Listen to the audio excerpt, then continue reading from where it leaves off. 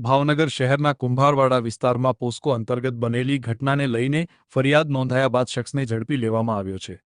Bhavnagar Bortalav police સ્ટેશનમાં કુંભારવાડામાં રહેતા વિજય ઉર્ફે તુષારભાઈ ભાઈલાલભાઈ બારૈયા મૂળ ગોગલા ગામના રહેવાસી વિરુદ્ધ ભોગ બનનારના પિતાએ બોરતળાવ પોલીસ સ્ટેશનમાં પોક્સો અંતર્ગત વિવિધ કલમો હેઠળ ફરિયાદ નોંધાવી હતી। ગુનો નોંધાતા પોલીસે આરોપીને ઝડપીને આગળની કાર્યવાહી હાથ ધરી છે।